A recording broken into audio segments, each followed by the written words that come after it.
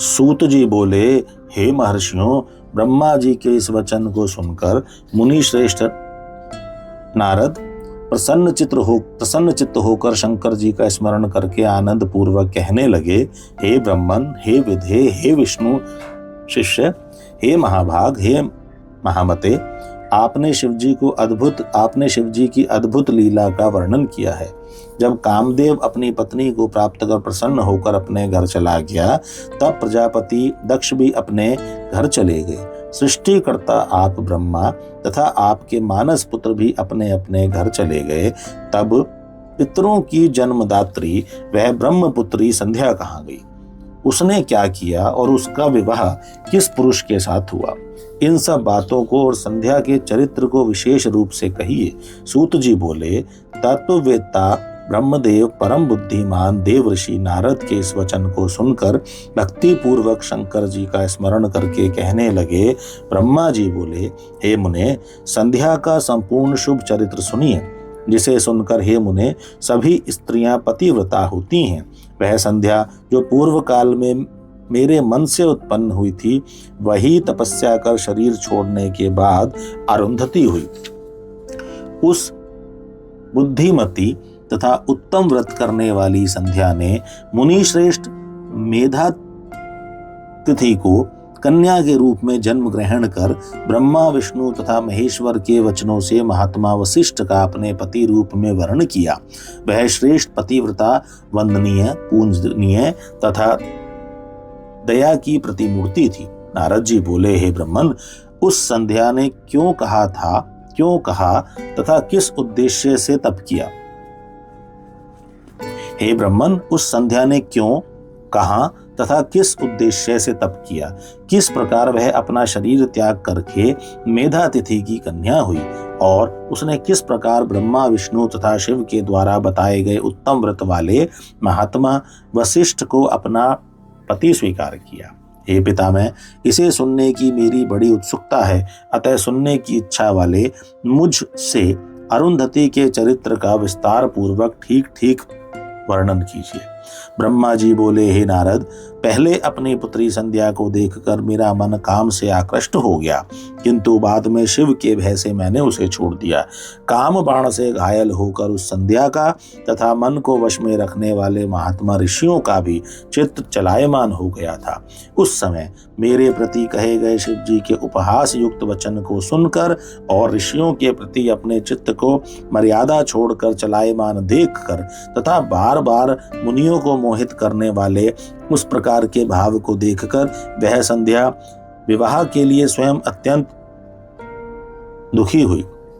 हे मुने, कामदेव को शाप देकर जब मैं अंतर्ध्यान हो गया एवं शिवजी अपने स्थान कैलाश को चले गए, उस समय हे मुनि सत्तम, वह मेरी पुत्री संध्या शुद्ध होकर कुछ विचार करके ध्यान मग्न हो गई। वह मनस्विनी संध्या कुछ देर तक अपने पूर्व व्रत का स्मरण करती हुई उस समय यथोचित रूप से यह विचार करने लगी। संध्या बोली, मेरे पिता ने उत्पन्न होते ही मुझ युवती को देखकर काम से प्रेरित होकर अनुराग पूर्वक मुझे प्राप्त करने की अभिलाषा की। इसी प्रकार आत्म तत्वज्ञ ब्रह्मदेव के मानस पुत्रों ने भी मुझे देखकर अपना मन मर्यादा से रहित कर कामाभिलाष से युक्त कर लिया। इस दुरात्मा कामदेव ने मेरे भी चित्त को मथ डाला, जिससे सभी मुनियों को देखकर मेरा मन बहुत चंचल हो गया। इस पाप का फल कामदेव ने स्वयं पाया कि शंकर जी के सामने कुपित होकर ब्रह्मा जी ने उसे शाप दे दिया। मैं पापनी भी इस पाप का फल पाऊंगी, अतः उस पाप से शुद्ध होने के लिए मैं भी कोई साधन करना चाहती हूँ, क्योंकि मुझे देखकर मेरे पिता तथा सभी भाई प्रत्यक्ष रूप से काम भाव पूर्वक मेरी अभिलाषा करने लगे। अतः मुझसे बढ़कर कोई पापिनी नहीं है। उन सब को देखकर मुझमें भी अमर्यादित रूप से काम भाव उत्पन्न हो गया और मैं भी अपने पिता तथा सभी भाइयों के में पति के समान भावना करने लगी। अब मैं इस पाप का प्रायश्चित करूंगी और वेद मार्ग के अनुसार अपने शरीर को अग्नि में हवन कर दूंगी। मैं इस भूतल पर एक मर्यादा स्थापित करूंगी, जिससे कि शरीरधारी उत्पन्न होते ही काम भाव से युक्त न हो। इसके लिए मैं परम कठोर तप करके उस मर्यादा को स्थापित करूंगी और बाद में अपना शरीर छोड़ूंगी। मेरे जिस शरीर में मेरे पिता एवं भाइयों ने कामाभिलाष किया, उस शरीर से अब कोई प्रयोजन नहीं है। मैंने भी जिस शरीर से अपने पिता तथा भाइयों में काम भाव उत्पन्न किया, अब वह शरीर पुण्य कार्य का साधन नहीं हो सकता। वह संध्या अपने मन में ऐसा विचार कर चंद्रभागा नामक श्रेष्ठ पर्वत पर गई, जहां से चंद्रभागा नदी निकली हुई है। इसके बाद संध्या को श्रेष्ठ पर्वत पर तपस्या के लिए गई हुई जानकर मैंने अपने पास में बैठे हुए मन को वश में रखने वाले सर्वज्ञ ज्ञान योग तथा वेद वेदांग के पारगामी अपने पुत्र वशिष्ठ से कहा, हे पुत्र वशिष्ठ, तपस्या का विचार करके गई हुई मनस्विनी पुत्री संध्या के पास जाओ और इसे विधि पूर्वक दीक्षा प्रदान करो। हे मुनि सत्तम, प्रथम यह तुम लोगों को, मुझको तथा अपने को कामाभिलाष युक्त देख रही थी, परंतु अब इसके नेत्रों की चपलता दूर हो गई है। यह तुम लोगों को तथा अपने अभूतपूर्व दुष्कर्म को समझकर मृत्यु ही अच्छी है, ऐसा विचार कर प्राण छोड़ने की इच्छा करती है। अब यह तपस्या के द्वारा अमर्यादित प्राणियों में मर्यादा स्थापित करेगी, इसलिए तपस्या करने के लिए वह साध्वी चंद्रभागा नामक पर्वत पर गई है। हे तात, वह तपस्या की किसी भी क्रिया को नहीं जानती, अतः जिस प्रकार के उपदेश से वह अपने अभिष्ट को प्राप्त करे वैसा करो। हे मुने, तुम अपने इस रूप को छोड़कर दूसरा शरीर धारण कर उसके समीप में स्थित होकर तपश्चर्या की क्रियाओं को प्रदर्शित करो।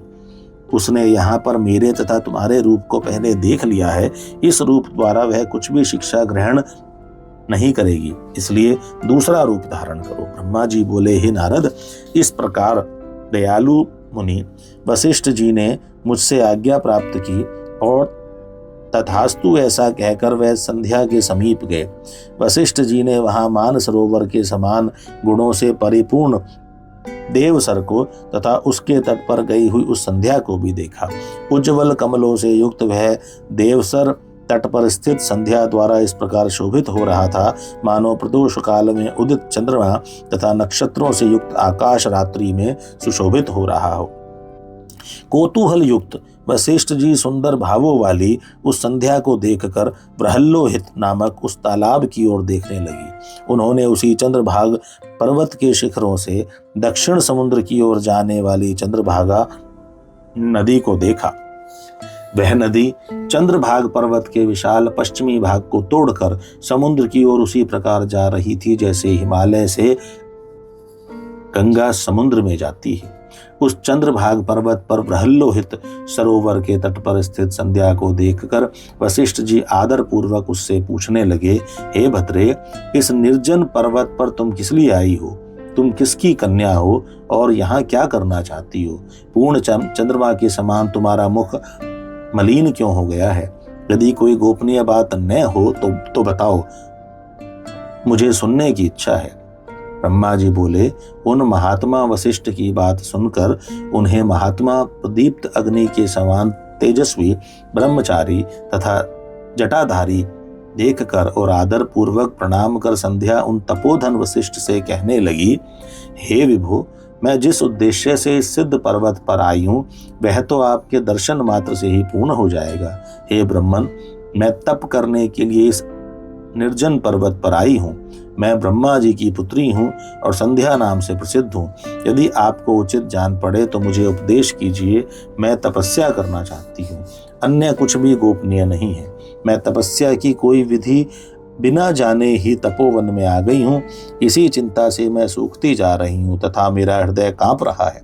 ब्रह्मा जी बोले, ब्रह्मज्ञानी वशिष्ठ जी ने उसकी बात सुनकर पुनः संध्या से कुछ नहीं पूछा, क्योंकि वे सभी बातें जानते थे।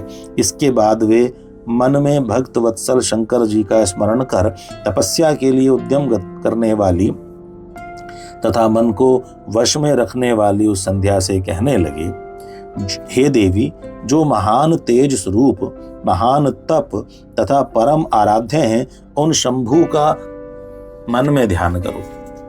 जो धर्म, अर्थ, काम और मोक्ष के आदि कारण तथा अद्वैत स्वरूप हैं, उन्हीं संसार के एकमात्र आदि कारण पुरुषोत्तम का भजन करो। हे शुभा नने, तुम इस मंत्र से देवेश्वर शंभु का भजन करो, उससे तुम्हें समस्त पदार्थों की प्राप्ति हो जाएगी, इसमें संदेह नहीं है। ओम नमः शंकराय ओम। इस मंत्र से मौन होकर इस प्रकार तपस्या का प्रारंभ करो। विशेष विधि तुमको बता रहा हूं, सुनो। मौन होकर स्नान तथा मौन होकर सदाशिव की पूजा करनी चाहिए। प्रथम दोनों षष्ठ कालों में जल का आहार कर तीसरे षष्ठ काल में उपवास करें। इस प्रकार षष्ठ कालिक क्रिया तपस्या की समाप्ति पर्यंत करनी चाहिए। हे देवी, इसका नाम मौन तपस्या है। इसे करने से यह ब्रह्मचर्य का फल प्रदान करने वाली तथा सभी अभिष्ट फल प्रदान करने वाली है। यह सत्य है, इसमें संदेह नहीं है।